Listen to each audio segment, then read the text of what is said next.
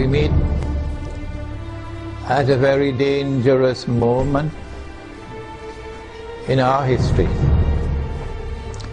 and in the history of the world to address you on the subject of implications of a Zionist-Israeli attack on Iran, which now appears to be not only fairly certain, but also just around the corner. We say that Israel wants to attack Iran because Israel ultimately wants to rule the world. Because the Zionists want to rule the world. Because the Judeo-Christian Zionist European Alliance wants to deliver to the state of Israel the status of ruling state in the world. That's why we believe all these wars are taking place. And so this is why they want to attack Iran. You have the right to wage war against the people unjustly. And so an attack on Iran would be unjust war. But I want to say something more. To those who are beating the drums of war in the Arab world and who are looking forward to the attack on Iran, that you are beating the drums of unjust war. And when the attack takes place, you will be committing the same sin as supporters of the war, as those who are themselves perpetrating the war. And shame on you! Shame on you, we say to you, straight to your faces, from here in Malaysia, that if you support the attack on Iran, you are supporting unjust war.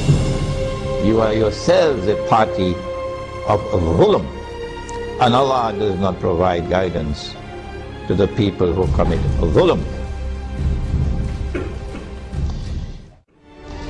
One of the reasons why many Arabs, not all Arabs, but many Arabs are beating the drums of war, looking forward to an attack on Iran, is because Iran is Shia. They hold the view that Shia are kuffar, and hence it is permissible to launch war on the kuffar, the disbelievers. How can you come to this conclusion, the Shia are kuffar?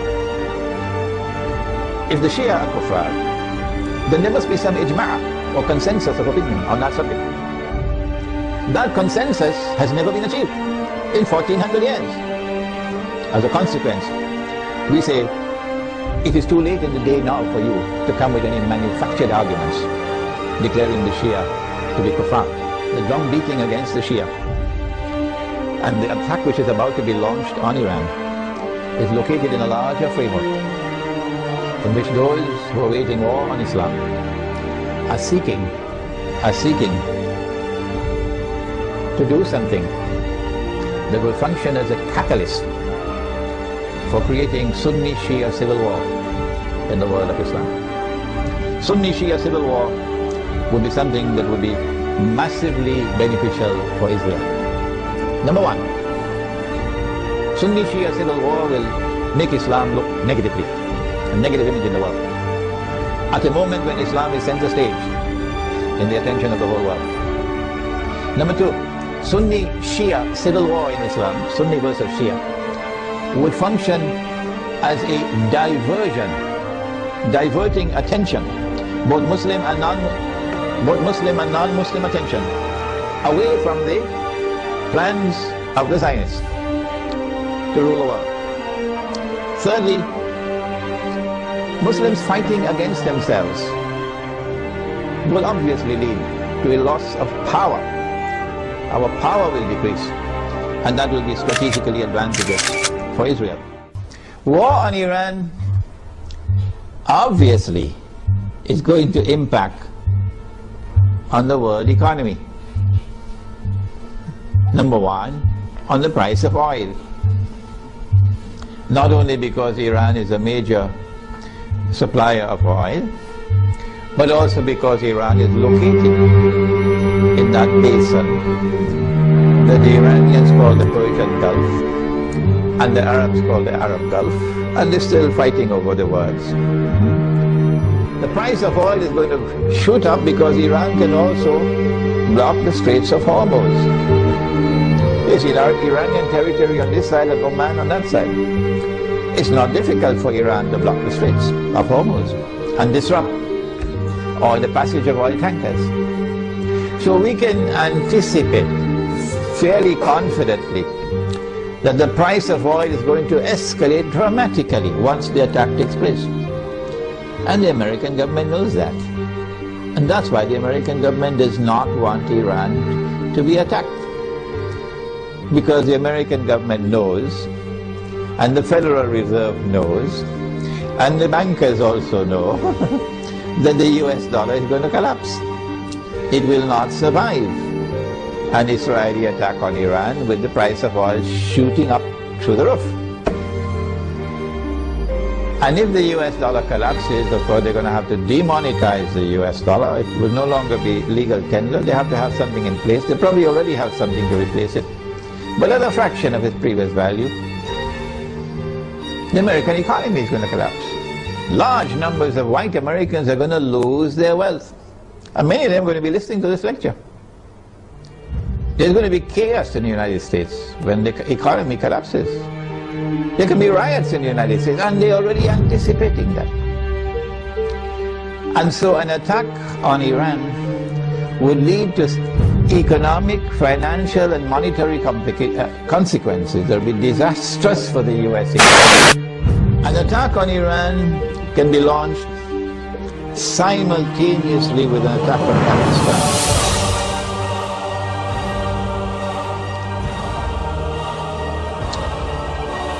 The purpose would be to eliminate Pakistan from the nuclear club.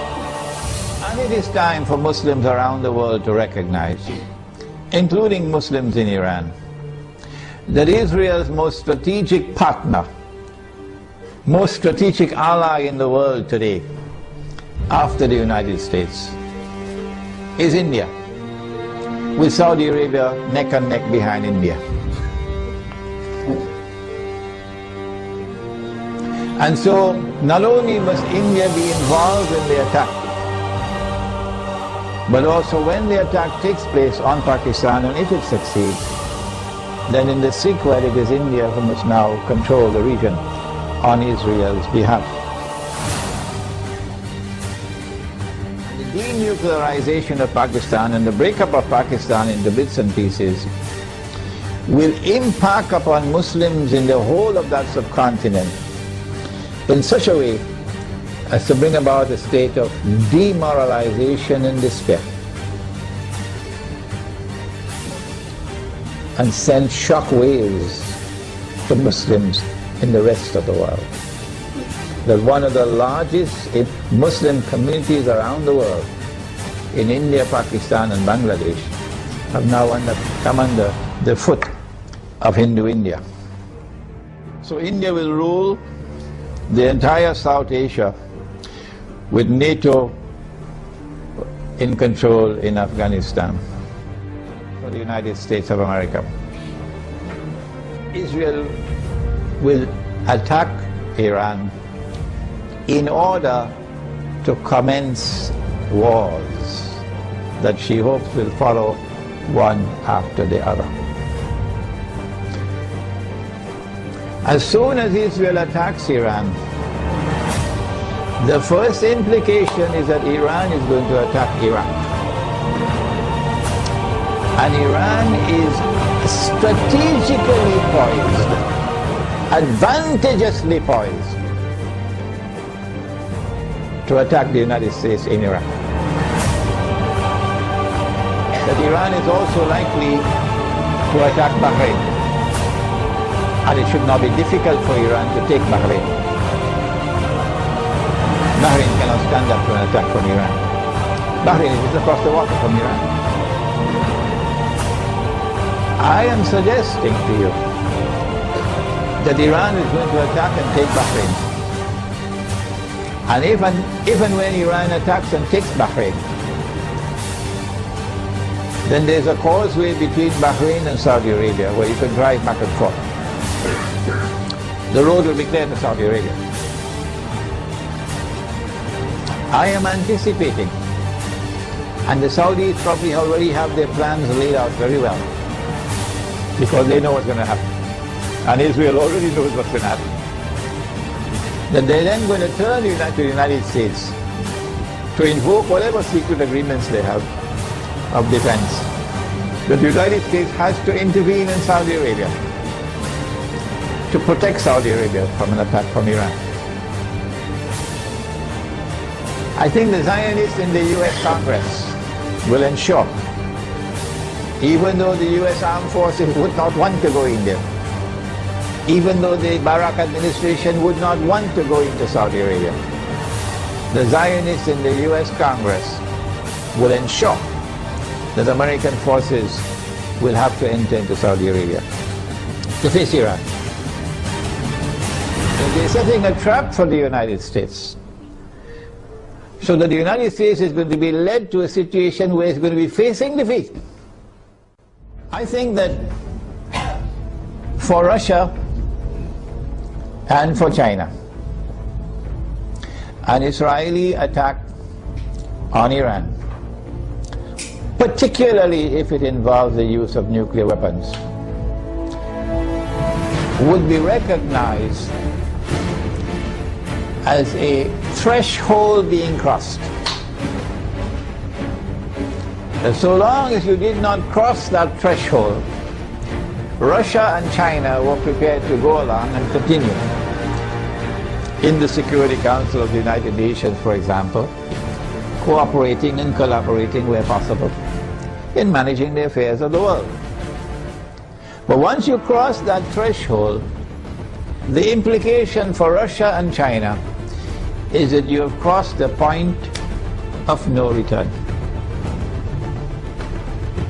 and that an attack on Iran is now going to inevitably lead to World War.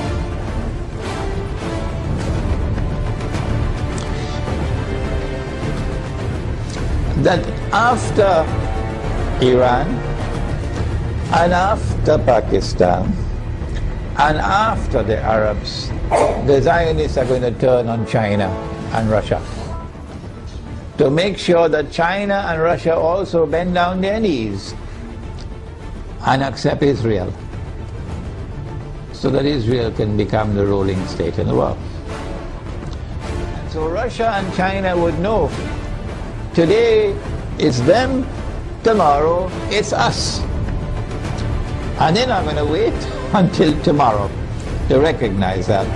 The minute Iran is attacked, they will recognize that the threshold has been crossed, and that we are now moving inevitably towards nuclear war.